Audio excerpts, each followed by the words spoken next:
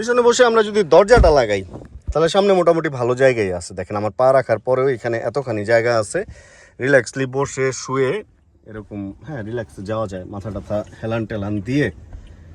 মোটামুটি খারাপ না ভাই পেছনের সিট, মানে আমাদের ভিটসের চেয়ে ভালো। ভিটসের পেছনের সিট আর একটু বেশি ছোট, তবে জায়গা আছে ভিটসে ভালোই, বাট এটার মধ্যে জায়গা একই ভিটসের মতোই ভাই পেছনের জায়গাটা।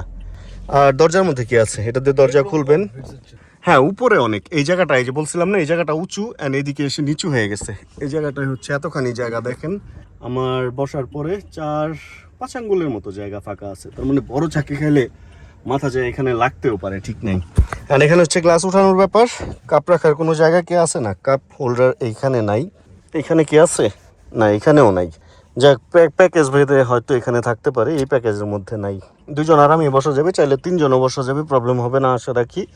আর কি হ্যান্ডরেস্ট খুঁজতেছেন? হ্যান্ডরেস্ট হ্যাঁ আছে নাকি? না, এটা না কাপ হোল্ডার খুঁজতেছিলাম, কাপ হোল্ডার নাই তো, পিছনে নাই, ওই পাশে এই পাশে কোনোটাই নাই। তবে যেটা আছে সেটা হলো স্পিকার আছে এখানে, তার মানে 4 দরজায় 4টা স্পিকার আছে।